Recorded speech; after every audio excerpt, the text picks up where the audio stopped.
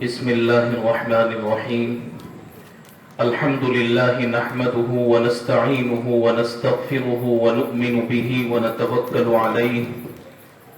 ونعوذ بالله من شرور أنفسنا ومن سيئات أعمالنا.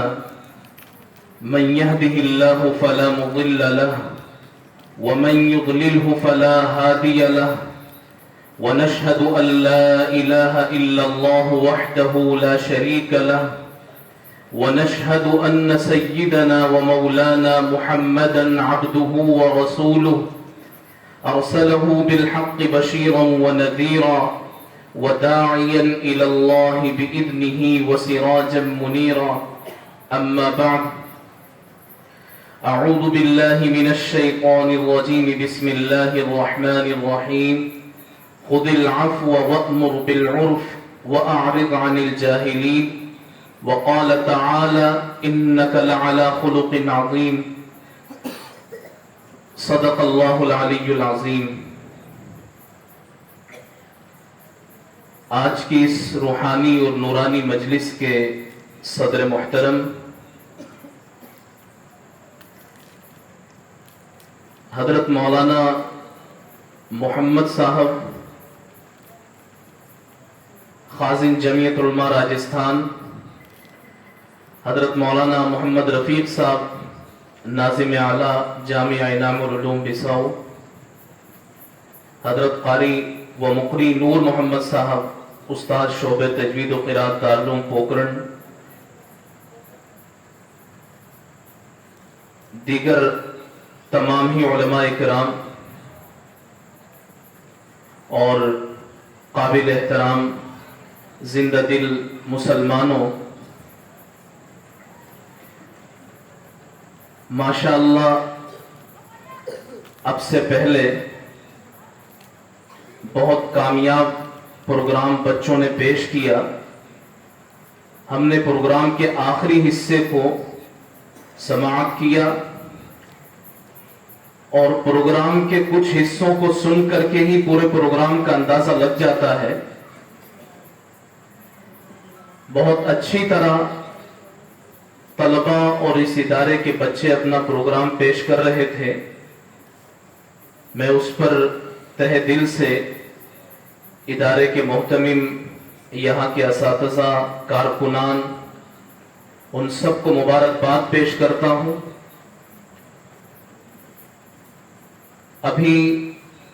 مجھ سے پہلے حضرت مولانا محمد عرفان صاحب گفتگو فرما رہے تھے. نبی علیہ الصلوۃ والسلام کی تعریف اور تعارف پر انہوں نے بہت کافی شافی گفتگو فرمائی. اس کے اعادے کی میں ضرورت محسوس نہیں کر رہا ہوں کہ دوبارہ پھر اسی موضوع کو بیان کیا جائے. اللہ تعالیٰ سے دعا ہے کہ اللہ حضرت مولانا کے بیان کی ہوئی باتوں کو ان پر ہم سب کو عمل کرنے کی توفیق نصیب فرمائے. موجودہ حالات اور ملک میں رہنے اور بسنے والوں کا طور طریق جناب رسول اللہ صلی اللہ علیہ وسلم کے حوالے سے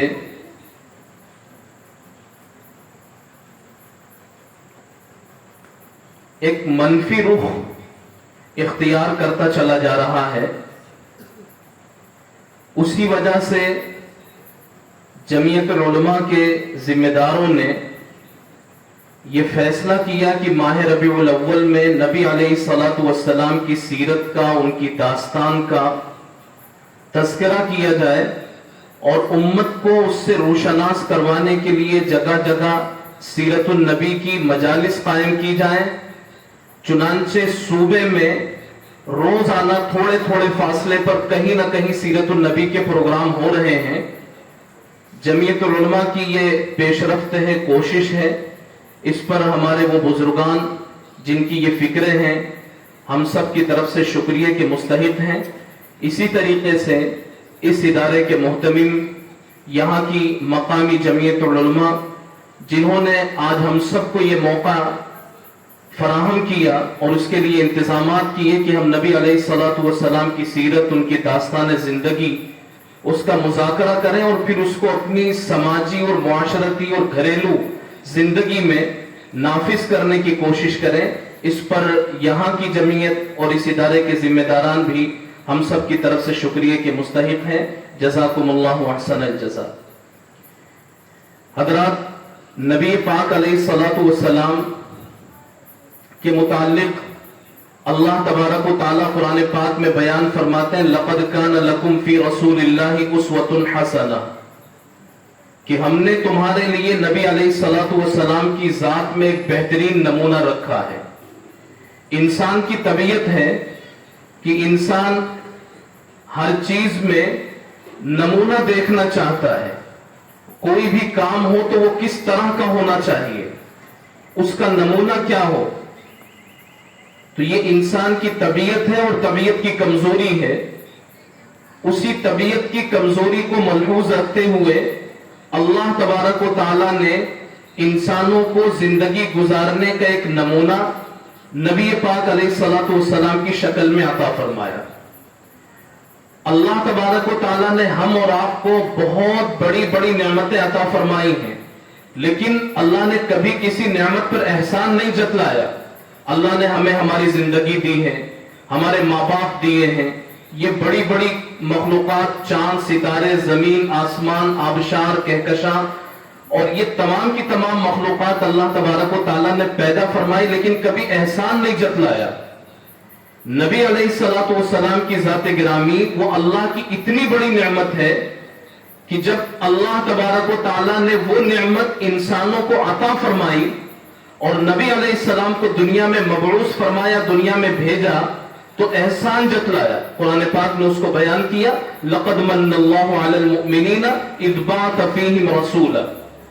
کہ اللہ تبارک و تعالیٰ نے ایمان والوں پر احسان کیا کہ ان میں ایک رسول بھیج دیا۔ معلوم ہوا کہ کائنات کی تمام مخلوقات میں سب سے بڑی مخلوق، اللہ تو خالق ہے، اللہ کے علاوہ جو کچھ ہے وہ مخلوق ہے، تو کائنات کی مخلوقات میں سب سے بڑی مخلوق وہ نبی علیہ الصلوۃ والسلام کی ذات ہے، اور اس پر اللہ تبارک و تعالیٰ نے احسان جتلایا ہے۔ ایک مرتبہ ایک صحابی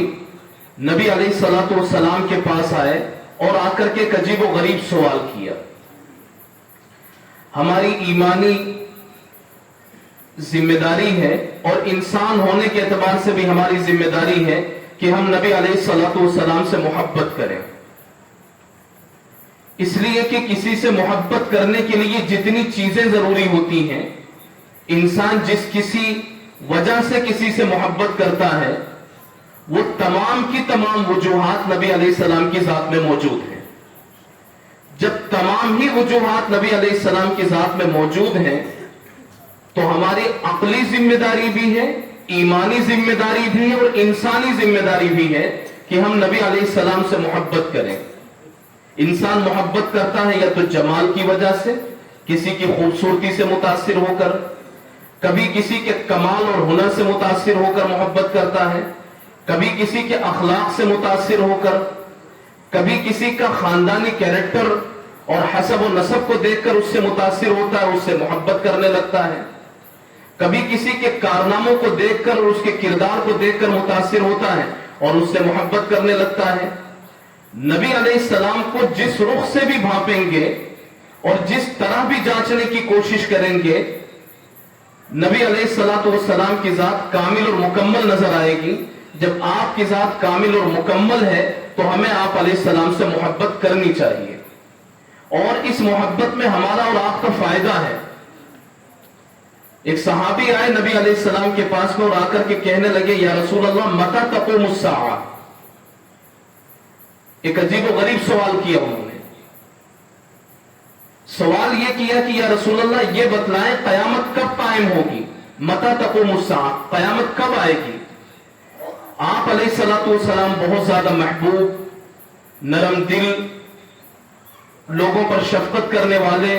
لوگوں کے ساتھ نرم رویہ اختیار کرنے والے، لیکن جب یہ سوال سنا تو آپ علیہ السلام کو بھی تھوڑا غصہ آ گیا۔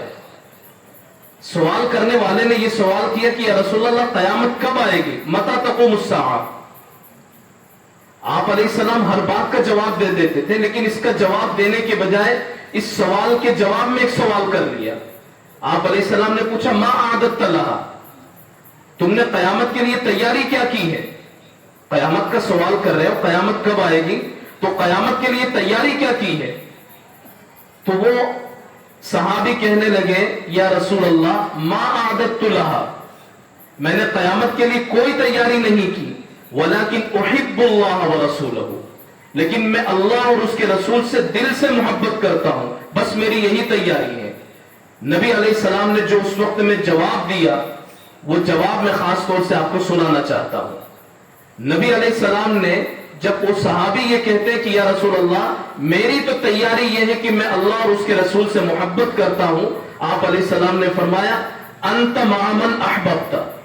تم جس سے محبت کر رہے ہو قیامت میں اسی کے ساتھ تمہارا حشر ہوگا، اسی کے ساتھ تم اٹھائے جاؤ گے۔ راوی صحابی یہ کہتے ہیں کہ جب سے میں مسلمان ہوا تھا اس سے زیادہ میں نے صحابہ کو کبھی خوش نہیں دیکھا، اور صحابہ کو میں نے دیکھا کہ صحابہ اچھل رہے تھے خوشی کی وجہ سے۔ یہ خوشی کس بات کی تھی؟ اس لیے کہ وہ اللہ اور اللہ کے رسول سے دل سے محبت کرتے تھے، اور نبی علیہ السلام نے اسی پر بشارت دے دی کہ جس سے محبت کرتے ہو اسی کے ساتھ رہو گے۔ اس لیے ہماری ایمانی بھی، عقلی بھی اور انسانی ذمہ داری بھی ہے کہ ہم نبی علیہ السلام سے محبت کریں۔ جب محبت کرنے کے لیے جتنی چیزیں ضروری ہوتی ہیں، کسی کو معشوق بنانے کے لیے، کسی کو محبوب بنانے کے لیے، کسی پر فدا ہونے کے لیے، کسی پر دل نچھاور کرنے کے لیے، اور کسی پر سب کچھ لٹا دینے کے لیے جن جن چیزوں کی ضرورت ہوتی ہے وہ تمام چیزیں نبی علیہ السلام کی ذات میں موجود ہیں۔ اس لیے ہمیں اور آپ کو نبی علیہ السلام سے دل سے محبت کرنی چاہیے، اور محبت کریں گے تو ملے گا کیا؟ ابھی یہ میں نے آپ کے سامنے ذکر کیا کہ جس سے محبت ہوگی حشر اسی کے ساتھ میں ہوگا۔ اب ہم اگر زبان سے یہ کہتے رہیں کہ ہمیں نبی علیہ السلام سے دل سے محبت ہے، ہمیں نبی علیہ السلام سے دل سے محبت ہے، تو زبان سے جو بات کہی جاتی ہے وہ ایک بات ہوتی ہے، اس بات کو قبول کرنے کے لیے دلیل کی ضرورت پیش آتی ہے۔ کسی کی بھی بات اس وقت قبول ہوتی ہے جب اس کی دلیل اس کے پاس میں ہوتی ہے۔ اگر ہم یہ کہیں کہ نبی علیہ السلام سے ہم محبت کرتے ہیں، اس کی دلیل یہ ہونی چاہیے کہ نبی علیہ السلام کی سیرت ہماری زندگی میں آ جائے، نبی علیہ السلام کے اخلاق ہماری زندگی میں آ جائیں، نبی علیہ السلام کی فکریں ہماری زندگی میں آ جائیں، یہ تو نبی علیہ السلام سے محبت کہلائے گی، اور اسی کا ہم سے مطالبہ کیا گیا ہے۔ نبی علیہ السلام سے محبت کرنا مختلف طریقوں سے سمجھ میں آئے گا کہ ہمیں نبی علیہ السلام سے محبت ہے یا نہیں۔ یہ نبی علیہ السلام کی سیرت کی محفل ہے۔ حضرت عائشہ رضی اللہ تعالی عنہا سے پوچھا گیا کہ نبی پاک علیہ السلام کے اخلاق اور ان کی سیرت کیا ہے، تو عائشہ رضی اللہ تعالی عنہا فرماتی کان خلقہ القرآن، ان کا مزاج، ان کے اخلاق، ان کی سیرت اگر دیکھنا ہو تو قرآن پاک کو دیکھ لو۔ قرآن پاک میں جو کچھ ہے وہ نبی علیہ السلام کی سیرت ہے۔ تو میں اس مجلس میں نبی علیہ السلام کی سیرت کچھ ان کی حدیثوں سے اور کچھ قرآن پاک کے ذریعے سے مختصر وقت میں آپ کے سامنے رکھنے کی کوشش کرتا ہوں۔ اگر ہم نبی علیہ السلام کے امتی ہیں اور نبی علیہ السلام سے دل سے محبت کرتے ہیں، نبی علیہ السلام سے ہم عشق کرتے ہیں، تو وہ عشق ہماری زندگی میں نظر آنا چاہیے۔ اور وہ نظر کس طریقے سے آئے گا؟ ہماری جو سماجی اور گھریلو زندگی ہے، ہماری سماجی اور گھریلو زندگی جڑی ہوئی ہوتی ہے ماں باپ سے۔ اگر ہم نبی علیہ السلام کے عاشق ہیں، نبی علیہ السلام سے دل سے محبت رکھتے ہیں، تو ہمیں ماں باپ کا احترام، ماں باپ کا ادب، ان کی فرما برداری اور ان کے ایک ایک حکم کو ماننا، یہ تمام چیزیں ہمارے لیے ضروری ہوں گی۔ ماں باپ کا کیا مقام اور کیا مرتبہ ہے، کچھ قرآن سے سمجھیے اور کچھ حدیث سے سمجھیے۔ اللہ تبارک و تعالیٰ نے اپنے حق کے ساتھ میں قرآن پاک میں ماں باپ کے حق کو ایک ساتھ جوڑ کر کے بیان کیا ہے۔ ہم سمجھتے نہیں کہ ماں باپ کتنی بڑی نعمت ہے. یہ تو سب جانتے ہیں کہ سب سے بڑا درجہ اللہ کا ہے. اللہ نے قرآن پاک میں جہاں اپنا تذکرہ کیا ہے وہاں بہت سی جگہوں پر ساتھ ساتھ میں والدین کو بھی جوڑ دیا ہے. وَإِذْ أَخَذْنَا مِيثَاقَ بَنِي إِسْرَائِيلَ لَا تَعْبُدُونَ إِلَّا اللَّهَ وَبِالْوَالِدَيْنِ إِحْسَانًا وَقَضَىٰ رَبُّكَ أَلَّا تَعْبُدُوا إِلَّا إِيَّاهُ وَبِالْوَالِدَيْنِ إِحْسَانًا کہ تمہارے رب نے تمہارے لیے فیصلہ کیا کہ اس کے سوا کسی کی عبادت مت کرنا, والدین کے ساتھ حسن سلوک کرنا. وَاعْبُدُوا اللَّهَ وَلَا تُشْرِكُوا بِهِ شَيْئًا وَبِالْوَالِدَيْنِ إِحْسَانًا اللہ کے ساتھ شرک مت کرنا, والدین کے ساتھ حسن سلوک کرنا. یہ والدین کا درجہ ہے کہ اللہ تعالیٰ نے اپنے حق کے ساتھ میں والدین کے درجوں کو اور والدین کے حق کو جوڑ کر کے بیان کیا ہے. نبی علیہ الصلوۃ والسلام کی سیرت کا سب سے بڑا فائدہ ہمیں اسی وقت نظر آئے گا جبکہ ہماری گھریلو زندگی میں نبی علیہ السلام کی سیرت نظر آئے, اور اس میں ماں باپ کا ادب اور احترام, ان کو سکون پہنچانا, ان کو راحت پہنچانا, ان کی خدمت کرنا, ان کے حکم پہ مر مٹنا, یہ ہماری ذمہ داری ہے. نبی علیہ السلام سے پوچھا گیا ما حق الوالدین, یا رسول اللہ والدین کا کیا حق ہے؟ آپ علیہ السلام نے فرمایا ہما جنتک و نارک, وہی تیری جنت بھی ہے وہی تیری جہنم بھی ہے. ماں باپ اگر تو ان کی خدمت کر لے گا, ان کا دل جیت لے گا, وہ دنیا سے جائیں تو تجھ سے خوش ہو کر کے جائیں, دنیا میں رہیں تو تجھے سوچ سوچ کر کے ان کے دل کو ٹھنڈک پہنچتی رہے. اگر تو اس طرح اپنے ماں باپ کے ساتھ زندگی گزارے گا, ہما جنتوں کا, وہ تیرے لیے جنت ہے, یعنی تجھے جنت میں پہنچا دیں گے.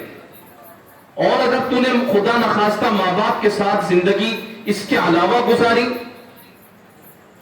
کہ ماں کے سامنے سخت لب و لہجے میں بات کرتا ہے, باپ کے سامنے سخت لب و لہجے سے بات کرتا ہے, باپ کی بات کو اگنور کر دیتا ہے, ماں کی بات کو نظر انداز کر دیتا ہے, دوستوں کی بات کو باپ کی بات پر ترجیح دیتا ہے, دوستوں کے تقاضے اور ان کی چاہتوں کو اور دوستوں کے ساتھ گھومنے پھرنے کو, دوستوں کے ساتھ وقت گزارنے کو ماں باپ کی خدمت سے زیادہ بہتر سمجھتا ہے, یا بیوی کی محبت کو ماں کی محبت سے زیادہ بہتر سمجھتا ہے, بیوی کی محبت کو ماں کی محبت پر غالب رکھتا ہے, اگر یہ تیرا کارنامہ ہے ہما ناروں کا, وہ تیرے لیے جہنم کا باعث ہے, یعنی ان کی اس نافرمانی کی وجہ سے اللہ کی وہ پھٹکار پڑے گی تجھ پر کہ تو سیدھا جہنم میں جائے گا. تو ماں باپ اگر کسی کے ہیں, بہت سے یہاں جوان بیٹھے ہوئے ہیں, بہت سے بڑی عمر کے لوگ بھی بیٹھے ہوئے ہیں, اس وقت امت کی پریشانی کے مختلف اسباب میں سے اور امت کی ناکامی کے مختلف اسباب میں سے ایک سبب یہ بھی ہے کہ بوڑھے ماں باپ گھر میں پریشان ہیں, مائیں روپٹوں میں اپنا سر اور اپنا چہرہ چھپا چھپا کر کے وہ رو رہی ہیں, اور باپ اپنی خودداری کو بچاتا ہے, دوسروں کے سامنے ہنستا ہے لیکن تنہائی میں اس کے آنسو گر رہے ہیں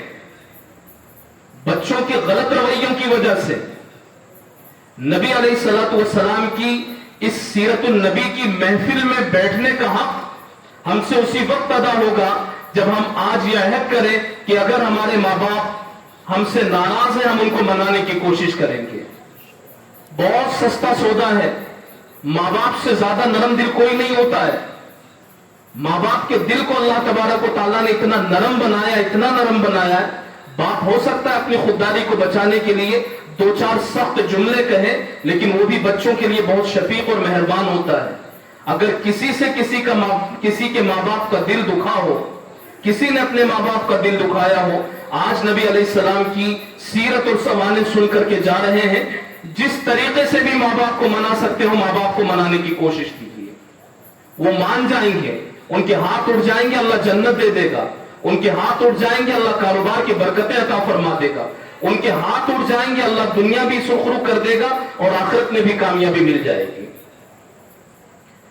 تو نبی علیہ السلام کی سیرت اور سوانح پر نظر ڈالیں تو آپ نے ماں باپ کی اہمیت اور ماں باپ کی شخصیت اور ماں باپ کی ذات پر لوگوں کو جتنی توجہ دلائی ہے, دوسرے مذاہب میں اس کا عشر عشیر بھی نہیں ہے, 10واں حصہ بھی نہیں. اب جس طریقے سے ماں باپ کے حقوق ہوتے ہیں, نبی علیہ الصلوۃ والسلام کی اگر ہم سیرت دیکھیں تو بچوں کی بھی کچھ نہ کچھ حقوق ہوتے ہیں. بچوں کے حقوق کیا ہیں؟ اللہ تبارک و تعالیٰ نے اگر ماں باپ بنا دیا ہے، کوئی اللہ کے کرم سے باپ بن چکا ہے اور ہماری کوئی بہن اللہ کی مہربانی سے ماں بن گئی ہو تو یہ اللہ کی بہت بڑی نعمت ہوتی ہے. اگر کسی کو اولاد نہ مل پائے تو پھر ان کی بے قراری اور ان کی بے چینی دیکھو، عقیدوں تک کا سمجھوتا کرنے کے لیے تیار ہو جاتے ہیں. کہیں آستانوں پر، مزاروں پر، ان کے در ان کے در، ادھر ادھر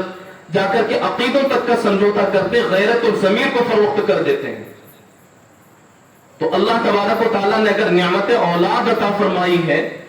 تو یہ ماں باپ کے لیے بہت بڑی نعمت ہے. اس نعمت کی قدر بھی کرنی چاہیے اور اللہ کا شکر بھی ادا کرنا چاہیے. وہ نعمت کی قدر اور اللہ کا شکر کیسے ادا ہوگا؟ ایک تو زبان سے اللہ کا شکر ادا کیا جاتا ہے، اور ایک اللہ کا شکر یہ ہے کہ نعمت کا جو حق ہے وہ حق ادا کر دیا جائے. اب بچوں کے سلسلے میں نعمت، یہ جو بچوں والی نعمت ہے، اس کا حق کیا ہے؟ 3 حقوق اس کے بیان کیے جاتے ہیں. جب بچہ پیدا ہو اس کا مناسب نام رکھ دیا جائے، اچھا نام رکھیں جو صحابی جیسا ہو یا کسی نبی کی طریقے کا نام ہو. آج کل یہ جو ایک سسٹم چل پڑا ہے کہ اے سے نام ہونا چاہیے، بی سے نام ہونا چاہیے، یو سے نام ہونا چاہیے، فلاں سے ہونا چاہیے اور لیٹسٹ ہونا چاہیے. نام نبی علیہ الصلوۃ والسلام سے ملتا جلتا ہو، حضرات صحابہ سے ملتا جلتا ہو، نبیوں سے ملتا جلتا نام ہو، تو ان کے نام پر اپنے بچوں کا نام رکھیں گے تو نام کا اثر بھی طبیعتوں پر آتا ہے. اس نام کی وجہ سے بچے نیک بنیں گے، بچے بھولے بھالے بنیں گے، طبیعت ان کی سیدھی ہوگی. تو پہلا حق ہے بچوں کا اچھا نام رکھا جائے، اور دوسرا حق ہے بچوں کی اچھی تعلیم دلوائی جائے. بچوں کو اچھی تعلیم دلوا. اچھی تعلیم کس کو کہا جائے گا؟ اچھی اور بہتر تعلیم یہ ہے کہ جس میں بچہ اللہ کو ماننا اور اللہ کی ماننا، رسول کو ماننا اور رسول کی ماننا سیکھ جائے، وہ اچھی تعلیم ہے. قرآن کو سمجھ جائے، حدیث کو سمجھ جائے، سماج کے کیا حقوق ہیں، رشتہ داری کس طریقے سے نبھائی جاتی ہے، گھر میں کس طرح رہا جاتا ہے، شادی ہو جائے تو شادی کے بعد سسرالی رشتوں کو کس طریقے سے نبھایا جاتا ہے، بیوی کے ساتھ کس طریقے سے گزر اوقات کیا جاتا ہے. یہ تمام طریقے یہ دینی تعلیم کے طریقے ہیں. یہ باپ کی ذمہ داری ہے، ماں کی ذمہ داری ہے کہ بچوں کو اس طرح کی تعلیم دلوائے. اور پھر وقت کے تقاضوں کے اعتبار سے جس تعلیم کی ضرورت ہو، ماڈرن ایجوکیشن جس کو کہا جاتا ہے، آدھنک شکشا، وقت کے ساتھ ساتھ اس کی بھی ضرورت پڑتی ہے. تو وہ تعلیم بھی بچوں کو دلوائیں، لیکن وہ تعلیم اتنی نہ ہو کہ جس سے بچہ اپنے اصل مقصد کو بھول جائے. خوب دلوائیں، جہاں تک پہنچا سکتے. 12ویں کا اور BA کا یہ تو آج کے دور میں کوئی شمار میں ہی نہیں. اتنی اگر تعلیم بچوں کو دلوائی تو کچھ بھی نہیں دلوایا. اس کے آگے پڑھاؤ، بچوں کو زیادہ سے زیادہ پڑھاؤ. ایک بچہ اگر پڑھ لے گا، ہماری قوم کا کوئی بچہ MA کر لے، PhD کر لے، ماسٹر ڈگری اس کے پاس میں ہو، اور پوری بستی میں سے اگر کوئی IAS IPS آفیسر بن جائے، کوئی کلیکٹر بن جائے، تقدیر بدل جاتی ہے، صورت بدل جاتی ہے، علاقوں کی صورت بدل جاتی ہے، برادری کی صورت بدل جاتی ہے، آواز بلند ہوتی ہے، ایک سورس ملتا ہے، اس سے ایک سپورٹ ملتا ہے قوم کو. بچوں کو پڑھائیے، بہت پڑھائیے، لیکن یہ جو بنیادی چیز ہے جس کا میں نے ابھی تذکرہ کیا، اللہ، اللہ کے رسول، رشتہ داری اور یہ تمام چیزیں، یہ بچوں کی زندگی میں ضرور شامل ہو جائیں کہ اللہ کو ماننا، اللہ کی ماننا، رسول کو ماننا، رسول کی ماننا، قرآن کو سمجھنا، حدیث کو سمجھنا، صحابی، نبی،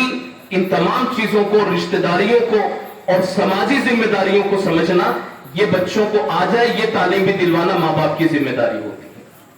اور تیسرا حق ماں باپ کا کہ جب مناسب عمر میں بچہ یا بچی پہنچ جائے، اچھا رشتہ مل جائے، جلدی سے جلدی ان کی شادی کر دی جائے. شادی وہ جو سنت کے مطابق ہو. یاد رکھیے گا کہ جو کام بھی سنت کے مطابق ہوتا ہے اس میں اللہ کی طرف سے برکتیں آتی ہیں. شادی بچوں کی جب کروائی جا رہی ہو اس وقت میں اگر نبی علیہ السلام کی سنتوں کو ملحوظ رکھیں گے کہ آپ علیہ السلام نے اپنی بیٹی کو کس طرح رخصت کیا، آپ علیہ السلام کے زمانے میں جب کسی صحابی کا یا کسی نوجوان کا نکاح ہوا تو نکاح کس طریقے سے ہوا تھا، کتنے لوگ تھے، کیا کھانا تھا، کس طرح کے مہمان آئے تھے، کتنے دن میں پروگرام ہو گیا تھا، کتنے منٹ میں ہو گیا تھا، کتنے گھنٹے میں ہو گیا تھا، جب وہ چیز ہم اس معاشرے کی اور اس زمانے کی دیکھیں گے اور اپنے گھروں میں اور اپنے پروگرام میں اس کو شامل کرنے کی اور نافذ کرنے کی کوشش کریں گے، اس حیثیت سے اور اس طرح سے جو رشتہ ہوگا اس رشتے میں برکتیں آئیں گی۔ اور بچوں کی شادی اگر کروا رہے ہوں یا کسی کی بھی شادی ہو رہی ہو، نبی علیہ السلام کی سنتیں اس وقت میں پامال ہو رہی ہوں اور آپ علیہ السلام کی سنتوں کی دھجیاں اڑائی جا رہی ہوں، تو وہ رشتہ آئندہ چل کر کے ٹوٹے گا یا دل ٹوٹیں گے، مشکل سے نبھا ہو پائے گا، مشکل سے نبھا ہو پائے گا، دونوں طرف جھگڑے چلتے رہیں گے۔ اس لیے کہ نبی علیہ السلام کا دل اگر ٹوٹ گیا تو آپ علیہ السلام کے دل ٹوٹنے کے بعد میں کسی کا دل پرسکون رہ جائے، یہ ہو نہیں سکتا ہے۔ اور آپ علیہ السلام کی جب سنتیں پامال کی جاتی ہیں آپ کا دل دکھتا ہے، اس سے آپ کا دل دکھتا ہے۔ اس لیے بچوں کی شادی کروانا یہ تیسرا حق ہے، لیکن وہ شادی اس نوعیت سے ہو کہ جس میں جناب رسول اللہ صلی اللہ علیہ وسلم کی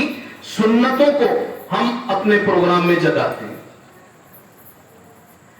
قرآن پاک میں ایک جگہ فرمایا گیا ان السمع والبصر والفؤاد كل اولئک کان عنہ مسئولا یا ایھا الذین آمنوا ان جاءکم فاسق بنبأ فتبینوا ان تصیبوا قوما بجہالہ فتصبحوا علی ما فعلتم نادمین۔ یہ ہمارے اور آپ کے پاس ہر گھر میں، بلکہ گھر کے ہر فرد کے پاس میں دو نہیں تو ایک تو موبائل ضرور ہے، ہر گھر میں ہے، گھر کے ہر فرد کے پاس میں تقریباً دو نہیں تو ایک تو ہے ہی۔ قرآن پاک میں کہا گیا ان السمع والبصر، کہ یہ جو کان ہیں، یہ جو آنکھیں ہیں، یہ جو دل ہیں، ان تمام چیزوں کے بارے میں اللہ تبارک و تعالیٰ کے یہاں سوال کیا جائے گا۔ یہ سیل فون اللہ تبارک و تعالیٰ نے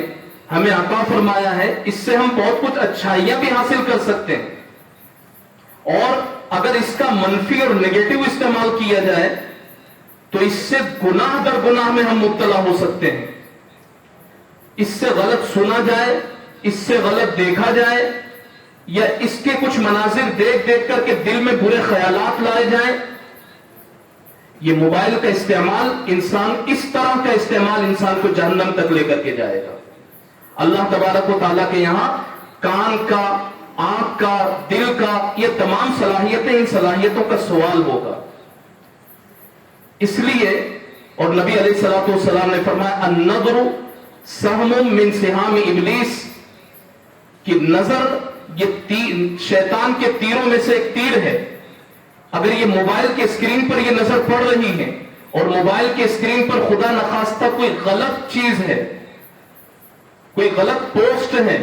فحش منظر ہے، تو اس کی وجہ سے ہم نے بدنگاہی کی، اور بدنگاہی کی تو ہم گناہ میں مبتلا ہو گئے۔ خیر، اس کے علاوہ جو آگے کی چیز ہے یہ تو اپنی ذاتی برائیاں، اور اسی موبائل کی وجہ سے جو سماجی برائیاں پھیل رہی ہیں، قرآن پاک نے اس کو بیان کیا کہ اگر تمہارے پاس کوئی خبر آئے، جو بھی خبر تمہیں ملے، کسی کی بھی طرف سے ملے، ان کی طرف سے ملے، ان کی طرف سے ملے، ان کی طرف سے ملے، اپنے رشتہ داروں کی طرف سے ملے، گھر والوں کی طرف سے ملے، باہر ملے، اندر ملے، کہیں بھی کوئی خبر ملے، تو اس خبر کو دوسروں کو شیئر کرنے سے پہلے اس کی جانچ پڑتال کر لو، فتبینوا، اس کی جانچ پڑتال کرو کہ جو بات میں نے سنی ہے اس کو آگے پہنچاؤ، یہ بات صحیح ہے یا غلط ہے۔ تو آگے پہنچانے سے پہلے اس کی تحقیق، اس کی جانچ پڑتال کی جائے۔ اگر وہ بات ایسی ہے کہ ہاں اعتماد کے قابل ہے، صحیح ہے، تو پھر اس بات کو آگے پہنچانا چاہیے، اور اگر وہ بات بھروسے کے قابل نہ ہو، یہ بات جھوٹی ہو، تو اس بات کو آگے نہ پہنچایا جائے۔ یہ قرآن پاک کا فیصلہ ہے۔ اب ہم موبائل کا استعمال کرتے ہیں، اس موبائل میں بہت سی حدیثیں آتی ہیں، بہت سی حدیثیں ہوتی ہیں جو موضوع ہوتی ہیں، گھڑی ہوئی حدیثیں، حدیث نہیں ہوتی وہ، لیکن لکھ دیا جاتا ہے کہ پیارے آقا صلی اللہ علیہ وسلم نے فرمایا۔ ہم نے تو بس نبی کا نام دیکھا، اس کو آگے شیئر کر دیا. تو یہ ایسا ہوگا کہ نبی کے نام نبی کی طرف نسبت کر کے ہم نے جھوٹ پھیلایا. حضرت علی رضی اللہ تعالیٰ عنہ کی طرف بہت سی باتیں کہ مولا علی نے یہ فرمایا، اور پتہ نہیں انہوں نے فرمایا کہ نہیں فرمایا. جب تک تحقیق نہ ہو جائے اس وقت تک کسی صحابی کی یا پھر کسی نبی کی کوئی بات آگے نہ بڑھائی جائے، ورنہ کوئی اس کو صحیح سمجھ کر کے اس پر عمل کرے گا، اور عمل کرنے کی وجہ سے اگر وہ بات ثابت نہیں ہوگی، ہو سکتا ہے کہ وہ غلط، اس کا عمل غلط رخ پر چلا جائے. اسی طرح کوئی عام پوسٹ آتی ہے، برادری سے متعلق ہوتی ہے، گھریلو جھگڑوں اور خاندانوں سے متعلق ہوتی ہے، ہم فٹافٹ اس کو شیئر کرنا شروع کر دیتے ہیں. اس طرح بغیر تحقیق کے خبریں آگے فارورڈ کرنے سے، پوسٹ آگے فارورڈ کرنے سے لوگوں میں اور معاشرے کے اندر برائی پھیلتی ہے، اختلاف اور انتشار کا ماحول جنم لیتا ہے. اس لیے اس سے بچیں. یہ موبائل کا صحیح استعمال ہمیں جنت تک بھی لے جا سکتا ہے، اور اس کا اگر غلط استعمال کریں گے تو غلط استعمال کی وجہ سے دنیا میں سماجی بحران ہوگا، آخرت میں ہو سکتا ہے کہ ہمیں اللہ تبارک و تعالیٰ کے غضب اور غصے کا سامنا کرنا پڑے. اس لیے اس کا صحیح اور منفی استعمال ہو. نبی علیہ الصلوۃ والسلام کی اس محفل سیرت النبی میں ہم سب یہاں موجود ہیں. ایک جس کی اور زیادہ توجہ دینے کی ضرورت ہے، قرآن پاک نے جس کو بیان کیا، قُل لِّلْمُؤْمِنِينَ يَغُضُّوا مِنْ أَبْصَارِهِمْ، اپنی آنکھوں کی حفاظت یعنی پردہ. دیکھیں، جن سے پردہ کرنے کی ضرورت ہے ان سے پردہ مردوں کو بھی کرنا چاہیے، اور عورتوں کو جن سے پردہ کرنے کی ضرورت ہے عورتوں کو بھی ان سے پردہ کرنا چاہیے. ایک مرتبہ نابینا صحابی، کون ہے، عبداللہ ابن ام مکتوم رضی اللہ تعالیٰ عنہ، ایک مرتبہ وہ تشریف لا رہے تھے اور نبی علیہ الصلوۃ والسلام کی زوج مطہرہ آپ کے ساتھ میں تھیں. تو جب وہ آنے لگے، نابینا ہے، نظر نہیں آ رہا ہے ان کو، آپ علیہ السلام کی بیوی ان کے ساتھ میں ہے. آپ علیہ السلام نے ان کو دیکھا تو اپنی بیوی سے یہ کہا کہ تم پیچھے چلی جاؤ، پردے میں چلی جاؤ. انہوں نے کہا کہ یا رسول اللہ، ان کو نظر تو نہیں آ رہا ہے. تو آپ علیہ السلام نے فرمایا، ان کو نظر نہیں آ رہا لیکن تمہیں تو نظر آ رہا ہے، یعنی تم تو ان کو دیکھ سکتی ہو.